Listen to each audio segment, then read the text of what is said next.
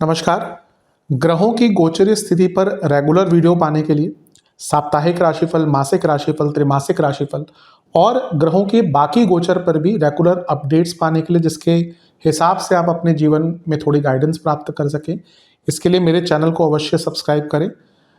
जिन लोगों ने सब्सक्राइब कर रखा है वो ऑल ये जो नोटिफिकेशन सेटिंग होती है इसको क्लिक करें, क्योंकि कभी कभी कुछ लोग बोलते हैं उनको नोटिफिकेशन नहीं मिलती। आशा करता हूँ चैनल को सब्सक्राइब करेंगे और रेगुलर वीडियोस अवश्य आप देखेंगे। नमस्कार। ओम गणेशाय नमः। ओम नमः शिवाय।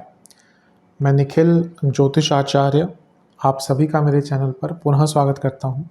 आशा करता हूँ कि आप सभी स्वस्थ होंगे। महादेव की कृपा आप सभी पर सदैव बनी रहे। ये वीडियो मकर यानी कि कैप्रिकॉन के लिए बहुत विशेष है, क्योंकि ये वीडियो है 13 अप्रैल से 19 अप्रैल 2026 के साप्ताहिक राशिफल के बारे में। कैसा रहेगा आने वाला सप्ताह मकर के लिए। जो मेरा साप्ताहिक राशिफल होता है वो प्रमुखतः चंद्रमा और उनकी गति पर आधारित होता है। चंद्रमा एक बहुत विशेष ग्रह है। चंद्रमा की विशेषताएं अनेक हैं, लेकिन जब हम साप्ताहिक राशिफल के संदर्भ में बात कर रहे हैं तो पहला तो उनकी तेज गति, फिर उनका मन का कारक होना, और फिर उनकी एक क्वालिटी कि वह जिस भी भाव, राशि, ग्रह आदि के साथ संबंध संपर्क साधते हैं अपने गोचर में, उनको बहुत ही एक्टिवेट कर देते हैं। इन सभी कारणों से चंद्रमा का जो गोचर होता है वो बहुत विशेष बन जाता है। चंद्रमा के गोचर के कारण हमारे मन, मस्तिष्क, विचार, स्वभाव, सोचने के तौर तरीके, दृष्टिकोण, हर चीज़ पर डायरेक्ट इम्पैक्ट पड़ता है। और उसको समझने के लिए साप्ताहिक राशिफल बहुत विशेष होता है। इस अंधकारमय जीवन में ज्योतिष एक मात्र विद्या है जो हमें थोड़ा सहारा देती है, गाइड करती है। भले ही ये राशिफल बहुत सामान्य आधार पर दिए जाए, लेकिन एक जनरल गाइडेंस के लिए बहुत उपयोगी होते हैं। यदि आपकी लग्न राशि या चंद्र राशि मकर है, कैप्रिकॉन है, दोनों ही गाइडेंस के लिए इस राशिफल को देख सकते हैं। जहाँ से सूट और लेट ज़्यादा करता है वहाँ से देखिए। व्यक्तिगत तौर पे मेरा मानना है लग्न से देखेंगे तो अच्छा, इनकेस नहीं पता है तो चंद्र राशि से भी इसको देख सकते हैं। शुरू करते हैं इस अत्यंत महत्वपूर्ण राशिफल का। चंद्रमा आपके धन स्थान में आ जाएंगे, यानी कि कुंभ में, एक्वेरियस में। ये होगा 13 अप्रैल को सुबह के 4 बजे और 15 अप्रैल सुबह के 10 बजे तक यहीं पर रहेंगे। धन स्थान के चंद्रमा अच्छे ही होते हैं। अपने स्थान से अष्टम में गए हैं तो जो बिजनेस करते हैं उनको अचानक से बड़ा लाभ मिल सकता है। अच्छा, राहु और चंद्रमा की युति बहुत अजीबोगरीब है। ये व्यक्ति को या तो एकदम ऊंचाई तक पहुंचाएगी या उठने ही नहीं देगी। Extreme, a combination of extreme. आपने कहीं ना कहीं देखा होगा कुछ लोगों को, या आप में से कुछ लोगों की कुंडली में भी कॉम्बिनेशन होगा कि राहु चंद्रमा साथ में है। आप देखेंगे ऐसे लोग एक दिन तो आपसे बहुत अच्छी तरह से बात करेंगे, ऐसे बात करेंगे कि आपसे बड़ा उनका कोई मित्र नहीं है, और अगले दिन शायद आपको अवॉइड करें। ये राहु चंद्रमा की खासियत होती है। बहुत स्ट्रॉन्ग इंट्यूशन। राहु और चंद्रमा की युति जिसकी है उससे स्ट्रॉन्ग, बल्कि उसके पास बहुत स्ट्रॉन्ग इंट्यूटिव पावर होती है। क्रिएटिविटी अलग ही लेवल की। ऐसी चीज़ें इनकी सोच में, इनके विचारों में आती है जो नॉर्मल व्यक्ति नहीं सोच सकता। बहुत आगे की सोच सकते हैं। एडिक्शन भी होती है राहु चंद्रमा की युति से, लेकिन इसका नेगेटिव साइड ये है कि व्यक्ति कभी कभी एक्सट्रीम में चले जाता है। तो जब आपके धन स्थान में राहु चंद्रमा है तो धन के लिए अच्छा है, बिजनेस के लिए अच्छा है, लेकिन वाणी पर नियंत्रण। बहुत ज़्यादा मत बोलना शुरू कर दीजिएगा। किसी को खुश करने के लिए कमिटमेंट मत देना शुरू कर दीजिएगा। किसी से बहुत ज़्यादा अचानक से बात करना शुरू मत कर दीजिएगा। और अपने मैनरिज्म में, अपने पूरी बॉडी लैंग्वेज में थोड़ा सा नियंत्रण रखिएगा। अचानक से पैसा कहीं नहीं लगाना। और फिर से कहूँगा कि अपने पूरे बर्ताव पर, पूरे व्यक्तित्व पर एक नियंत्रण रखना है। गुरु की दृष्टि भी है जो आपके 12वें घर के स्वामी हैं, विपरीत राजयोग बना रहे हैं।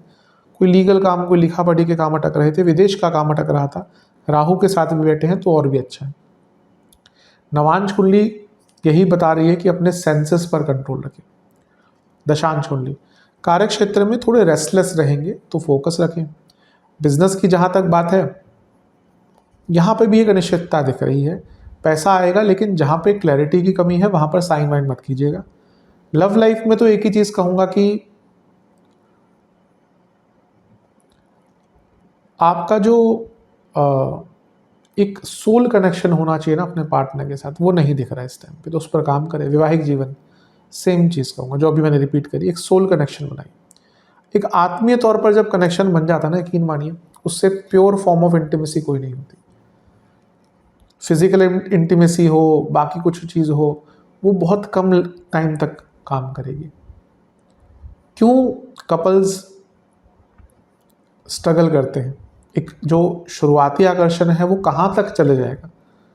फिजिकल इंटीमेसी हो या इवन लेट्स से कि मेटलिस्टिक चीज़ें हो, इंपॉर्टेंट होती हैं, दोनों ही बहुत इंपॉर्टेंट है, पर एक पूर्णता के लिए विदाउट एक असोल कनेक्शन चीज़ें काम नहीं करती। तो एक दूसरे से एक आत्मीय तौर पर कनेक्शन बनाने की कोशिश करें। लोग डराते हैं सप्तम में केतु है तो शादी नहीं करनी चाहिए। अरे समझने की कोशिश है, सप्तम में केतु है तो ऐसा नहीं कि व्यक्ति शादी नहीं करना चाहता, वो केवल उसी व्यक्ति से शादी करना चाहता है या चाहती है जो जिसके साथ उसका आत्मीय कनेक्शन बने, और ऐसा कहाँ बनता है आज की डेट में। तो यहाँ पे एक दूसरे से कनेक्शन बनाइए, बहुत काम आएगा। जहाँ तक स्टूडेंट्स की बात है, थोड़ा अपना पेशेंस का लेवल बनाकर रखिएगा। सेहत के दृष्टिकोण से तो मैं यही कहूँगा कि खाने पीने को लेकर ध्यान दीजिएगा। सर्वाष्टक में आपका 12वां घर बली है, कहीं पे भी पैसा अचानक से मत लगाएगा, वो दिक्कत में डाल सकता है। 15 अप्रैल सुबह के 10 बजे चंद्रमा आ जाएंगे आपके तीसरे घर में, यानी कि मीन में, और सप्ताह के अंत तक यहीं नहीं, सॉरी 17 अप्रैल दिन के 1 बजे तक यहीं पर रहेंगे। इससे एक दिन पहले सूर्य का गोचर हो चुका होगा, तो सूर्य आपके चौथे घर में चले जाएंगे। तीसरे घर के चंद्रमा यूँ तो देखिए अच्छे होते हैं, काम त्रिकोण के स्वामी है सप्तम के और काम त्रिकोण में बैठे हैं, तो ये इच्छा प्राप्ति का योग होता है। लेकिन यहाँ पर चंद्रमा की युति बहुत सारे ग्रहों के साथ है। पहले अच्छी चीज़ों की बात करते हैं। सप्तमेश लाभेश मंगल के साथ चंद्र मंगल योग बनाकर बैठे हैं, बिजनेस में बड़ा लाभ। चतुर्थेश चतुर्थ से चतुर्थ के भाव के स्वामी चंद्रमा बैठे हैं साथ में, प्रॉपर्टी बेचनी है, रेंट आउट करनी है या रेनोवेशन का काम स्टार्ट करना है, अच्छा टाइम है। चंद्रमा शनि के साथ बैठे हैं जो लग्नेश धनेश हैं और चंद्रमा सप्तमेश हैं। फिर से देखिए धनेश शनि मंगल लाभेश और चंद्रमा का एक्टिवेशन, बिजनेस में तो बहुत लाभ मिलेगा। और चंद्रमा बुध भी साथ में है। अब बुध भाग्येश है लेकिन छठे घर के स्वामी नीच के हैं। अब ये रिस्क टेकिंग एबिलिटी तो बढ़ा देता है, लेकिन व्यक्ति थोड़ा सा ओवर कम्युनिकेट भी करता है, ज़्यादा बोलना भी शुरू कर देता है और ज़्यादा उत्साहित भी हो जाता है, तो इस चीज़ से बचेगा। वैसे भी तीसरे घर में इतने सारे ग्रह व्यक्ति का उत्साह का लेवल बढ़ा सकते हैं। और चंद्रमा क्योंकि काम त्रिकोण के स्वामी हैं, काम का मतलब ही कहीं ना कहीं उत्साह, इच्छाएं, तो जितना अपनी इच्छाओं को थोड़ा नियंत्रित रख सकते हैं ना इस कालखंड में, उतना आपके लिए अच्छा रहेगा। ज़्यादा ना बोले, भाई बहनों से संबंध बनाकर रखें, ओवर कम्युनिकेट मत करें, अचानक से कोई प्लानिंग मत करें ट्रैवल का। इवन कलीग से भी लिमिटेड लेवल पर ही बात करें, जितनी प्रोफेशनली आवश्यकता है केवल उतनी बातें। ज़्यादा बोलेंगे, ज़्यादा बात करेंगे, वो आपके लिए ही प्रॉब्लमेटिक होगा। नवांश कुंडली बता रही है कि आपको अपने शत्रुओं को समझना चाहिए। कई ऐसे लोग हैं आपके पास जो बहुत मीठे हैं मुख पर, खैर ऐसे लोग तो बहुत होते हैं, आजकल बढ़ते ही जा रहे हैं, लेकिन हर कोई शायद आपको हर्ट ना कर पाए। हर्ट वही कर पाता है जो बहुत निकट होता है। अधिकतम आप देखिए हर्ट कौन कर सकता है हमें, यूजली हमें हर्ट वही करते हैं ना जिसको हम वो स्पेस अलाउ करते हैं। अधिकतम व्यक्ति, कोई राह चलते व्यक्ति से लड़ाई हो जाएगी तो कितनी देर गुस्सा रहेगा, 2 दिन 1 दिन। कोई अपना ही जब दुख पहुंचाता है तो जीवन पर्यंत वो चीज़ें चलती हैं। तो यहाँ पे देखिए कोई ऐसा व्यक्ति तो नहीं कहीं आपका फायदा उठा रहा हो।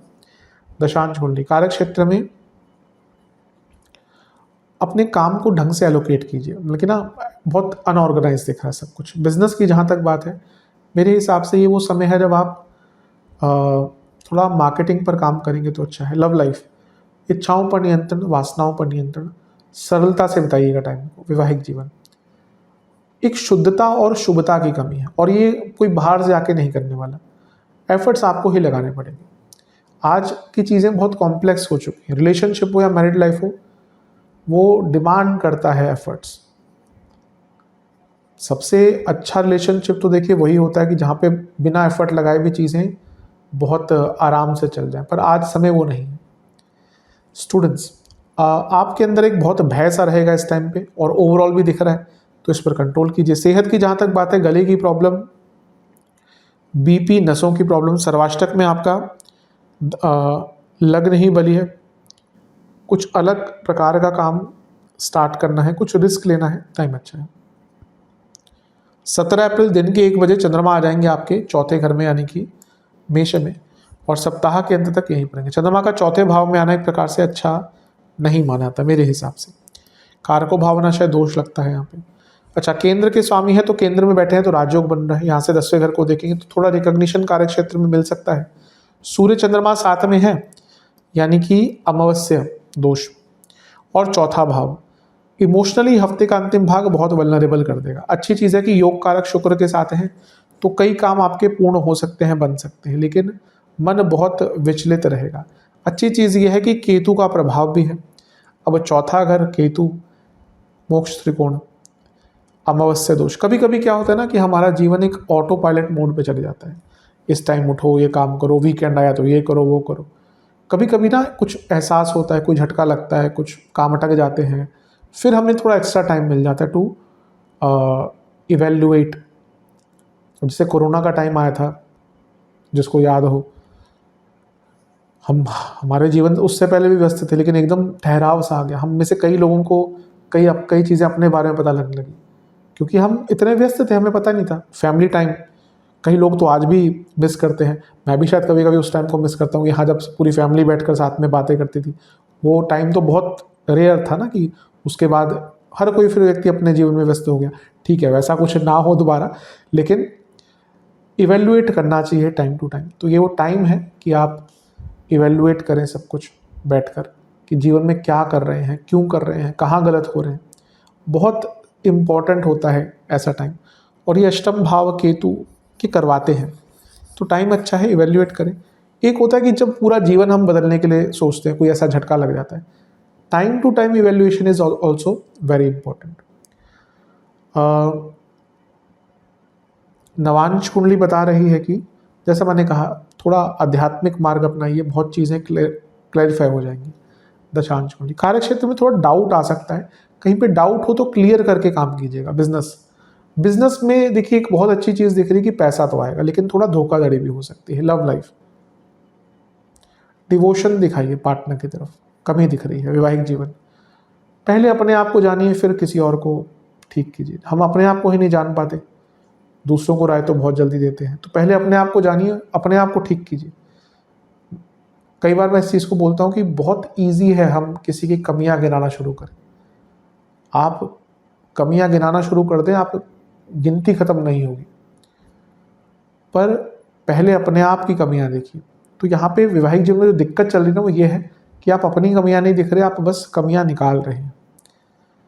स्टूडेंट्स, कन्फ्यूजन रहेगी थोड़ा ध्यान दीजिएगा। कोई महत्वपूर्ण काम है तो बड़ों से पूछ कर ही करिएगा। सेहत के हिसाब से गले की प्रॉब्लम, नसों की प्रॉब्लम और स्किन डिसऑर्डर। सर्वाष्टक में आपका लग्न ही अत्यंत बली है।